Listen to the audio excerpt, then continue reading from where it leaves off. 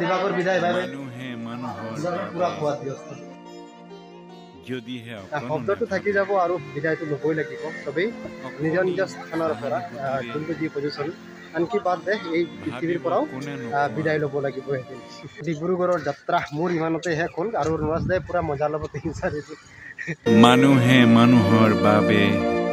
সকলোকে নমস্কাৰ আমি বৰ্তমান আসাম মেডিকেল কলেজত চাই পাইছে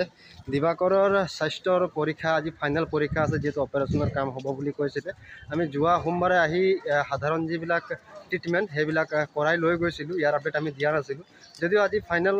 31 মাৰ্চ হয় আৰু 31 মাৰ্চ দিনা আমাক মাতি পঠিয়াইছিল দিবাকৰৰ অপাৰেশ্যনৰ কাৰণে আৰু আমি সকলোৱে তেনেকুৱা যুঁজ জাৰ কৰি আহিছোঁ ৰাইজৰ আশীৰ্বাদত আৰু ৰাইজে মৰম দিয়াৰ বাবে হয়তো এই কাম কৰিবলৈ সফল হ'ল বুলি ক'ব লাগিব এছ বিল্ডিং ইয়াতে আমাৰ যেহেতু বাচ্চাসকলৰ কাম এইটো বিল্ডিঙতে কৰা হয় বিশেষকৈ আৰু আমি আহি পালোঁ ইয়াত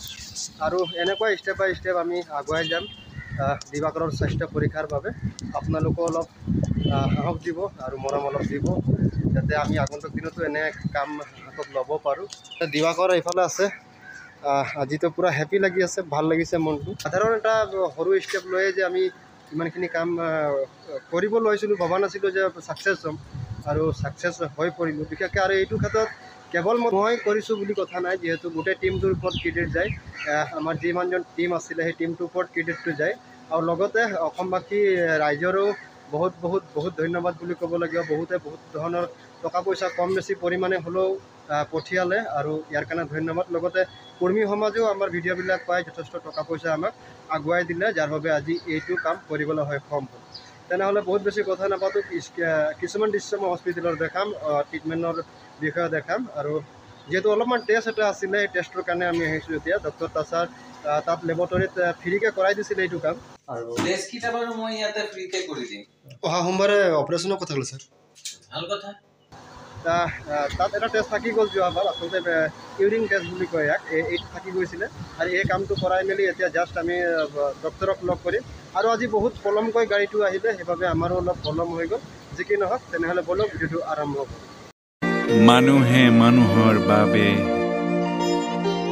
যদিহে অকণো নেভাবে অকণি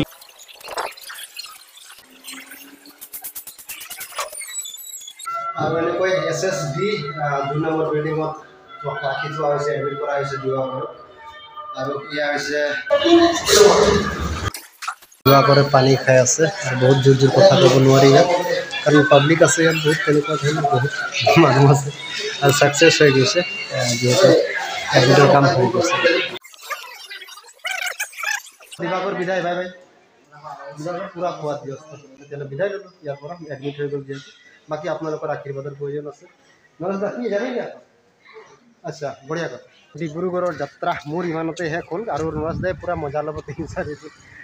খং উঠিছে মোক লগ দিব কৈছিলে কিন্তু লগ দিব পৰা নাই মজা লওক চবৰে জীৱনত এক্সপিৰিয়েঞ্চৰ প্ৰয়োজন আছে অভিজ্ঞতাৰ প্ৰয়োজন আছে আৰু নৰেশ দাৰ আগতো যিহেতু অলপ চলপ এক্সপিৰিয়েঞ্চ আছে গতিকে বেছি ইজি হৈ গ'ল একেবাৰে নতুন মানুহ হ'লে অলপ দিগদাৰ হয় ডিব্ৰুগড়ত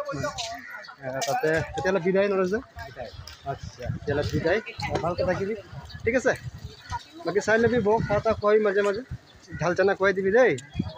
তেনেকুৱা কৰি বিদায় হৈ গ'ল এতিয়া বিদায় বুলি ক'ব লাগিব বিদায় যে হ'ল বেয়া লাগে কাৰোবাক কেতিয়াবা এৰিবলৈ আৰু কাৰোবাক বিদায় দিবলৈ মন নাযায় নহয়নে অলপ বিদায় বোলা শব্দটো সঁচাই ই অলপ বেদনাদায়ক বা অলপ দুখদায়ক বিদায় শব্দটো কিন্তু বিদায় নল'লেও নহয় এতিয়া আপুনি আহিব মোৰ ঘৰত আলহী হয় আপোনাক বিদায় দিবলৈ মোক বেয়া লাগিব পাৰে বা আপুনি মোক সহজে এৰি যাবলৈ দিগদাৰ হ'ব পাৰে কিন্তু বিদায় শব্দটো থাকি যাব আৰু বিদায়টো ল'বই লাগিব চবেই নিজৰ নিজৰ স্থানৰ পৰা যোনটো যি পজিশ্যন আনকি বাদ দে এই পৃথিৱীৰ পৰাও বিদায় ল'ব লাগিব এদিন নহয়নে গতিকে বিদায় শব্দটো মনত পৰি গ'ল বিদায় শব্দটোত যে কিমান কি লুকাই আছে কিমান কি বেদনা কিমান কি দুখ নহয়নে তেনেহ'লে দিবাকৰক এডমিট কৰাই দিয়া হ'ল SSB বিল্ডিঙৰ 2 নম্বৰ ফ্ল'ৰত যিহেতু মই কিছু দৃশ্যাংগ দেখালোঁ আৰু নৰেশ দা যিহেতু মোক ৰিকুৱেষ্ট কৰিছিল যে মোক থাকি দিবলৈ কৈছিলে বিশেষকৈ মোৰ ঘৰত মই অকলে কাৰণে মই ইমান লগ দিব নোৱাৰোঁ বা নোৱাৰিছোঁ বাকী যি পাৰিলোঁ আমি কৰি দিলোঁ আৰু নৰেশ দাদা আজিৰ পৰা থাকিবি দেই হে দিবাকৰ ভাল হোৱাটোৱে লাগে আৰু ৰাইজক ধন্যবাদ দি দিয়া ৰাইজৰ কাৰণে আজি ইমানখিনি হ'ল ধন্যবাদ আৰু লগতে আমাৰ টিমটো মিঠু দা জন দা আদিবাসী বেটা গুন্দৰি বাছকে যিমানজন তাত আপুনি আছিলে লগতে বেটুৰ কৰ্মী সকলোকে ধন্যবাদ দেই। তহঁতৰ কাৰণে হয়তো আজি তহঁতি এই নৰেশ দা ঘৰ যোৱাৰ কাৰণে হয়তো ইমানটো কাম সফল হ'ল আৰু বাকী ৰাইজেও সহায় কৰিছে। আৰু যিহেতু মই ক'লোঁ আগতেও ক'লোঁ যে কৰ্মী সমাজে যথেষ্ট সহায় কৰিছে আমি মাত্ৰ পথটো দেখাই দিয়াৰ পাছত। তেনেহ'লে ইয়াৰ পৰা বিদায় হ'ব। এতিয়া মই ঘৰলৈ গুচি যাওঁ, নৰেশ দা ইয়াতে থাকিব। টকা পইচা যিমান যি হিচাপ দিয়া হ'ল অলপ চলপ, যদিও ৩,৪০০ মান টকা এটা যিহেতু ATM-ৰ অলপ সমস্যা চলি আছে কাৰণে দিয়া নাই। এইটো কালি পৰহি যদি গাঁৱৰ পৰা মানুহ যদি কোনোবাই ভিজিট কৰে বা মোবাইল যোগেদি হ'লেও ট্ৰেন্সফাৰ কৰাই দিয়া হ'ব। আৰু কম হ'লেতো আপোনালোক সকলো আছে, যিহেতু ইমানখিনি কাম কৰি দিছে যেতিয়া কম বেছি হৈ গ'লে আমি সকলোৱে মিলাই অলপ আৰু কিছু সংখ্যকৰ প্ৰয়োজন ক'ব লাগিব টকা, সেয়াও আমি মিলাই ল'ব পাৰিম যদি আমি ভাল আনৰ ভালৰ যদি চিন্তাটো কৰোঁ। তেনেহ'লে তেনেকুৱা কথা। তো ওলাই গ'লোঁ, এতিয়া গৈ আছোঁ আমাৰ এম্বুলেঞ্চ বিচাৰি। এম্বুলেঞ্চটো আগত ৰখি আছে, আগত আছে অলপমান, আৰু তাৰ পৰাই মই উঠি গুচি যাম আৰু বিদায় ল'ব। কিবা এটা খাম বুলি কৈছে, কিবা এটা খাই মেলি আৰু ময়ো আদি গুচি যাম। চাহ একাপ খাই ল'ম ডিব্ৰুগড়ত, তাৰপিছত গুচি যাব। তেনেহ'লে ডিব্ৰুগড়ৰ সিমানখিনি কাম কৰাৰ পিছত মই ওলাই পৰিলোঁ ঘৰলৈ। আৰু ঘৰত যোৱাৰ পাছত